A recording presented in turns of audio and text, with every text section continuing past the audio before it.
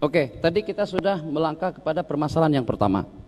Masalah yang pertama berkenaan dengan kenduri arwah. Sudah saya katakan tadi, kalau kita telusuri, kalau kita kaji satu persatu daripada acara yang kita adakan pada masa kenduri arwah, tidak ada satupun yang bercanggah dengan hukum.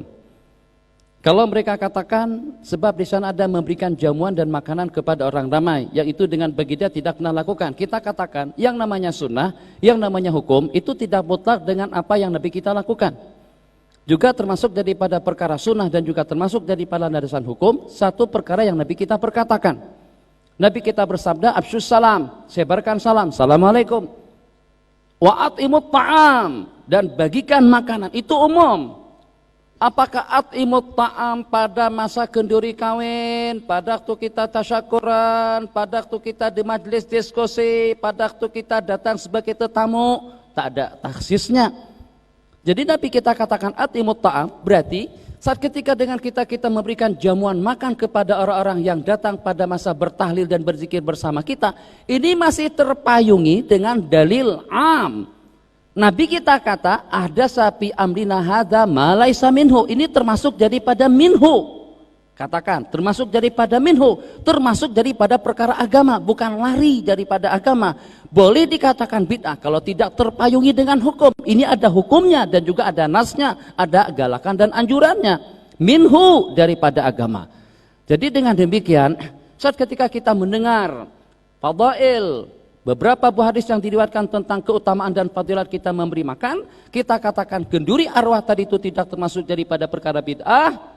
Kenapa? Sebab tujuannya tidak lebih daripada untuk bersilaturahmi, tidak lebih daripada bertoleransi, tidak lebih daripada untuk memberikan jamuan dan sedekah, tidak lebih daripada berkumpul untuk kita membaca Al-Quran dan juga untuk kita menzikirkan La ilaha illallah. Saya buka di dalam kitab Ar-Ruh Ibnul Qayyim. Rupa-rupanya, mohon maaf dengan bahasanya, rupa-rupanya puak-puak Wahabi di tempat kita tuh dengan Salafi di tempat kita ini lebih teruk daripada Wahabi yang pada zaman dahulu.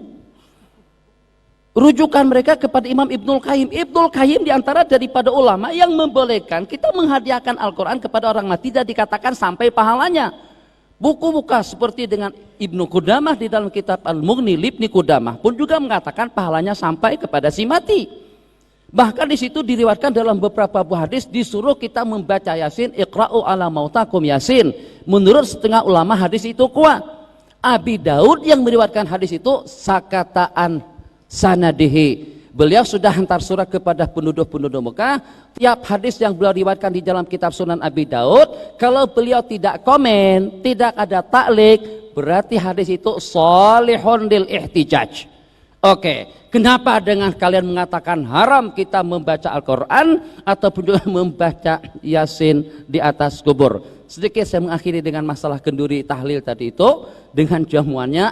Oke, kalau pada waktu Nabi kita bersabda, al-mayyitu yu'adzabu bibukai ahli.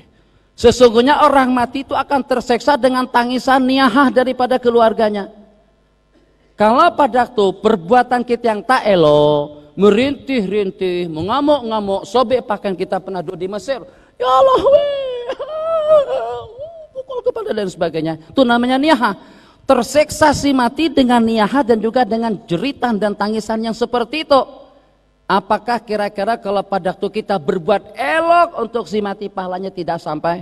Mana letaknya keadilan Allah? Kalau pada waktu dengan perbuatan kita yang tak elok, kesan buruknya melimpah kepada si mati.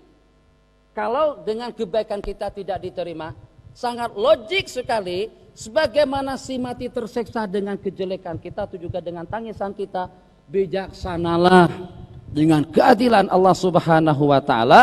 Kalau pada waktu kita berbuat baik dengan baca Quran, dengan berzikir, dengan bersedekah, dengan bertahlil, pahalanya juga akan sampai kepada mereka. Kan kesian mereka, orang nangis dosa, orang nangis terseksa, tapi orang berbuat baik ternyata pahalanya tidak sampai. Tidak seperti itu dengan keagungan Allah Subhanahu wa Ta'ala. Asli nanti belakangan saja nanti.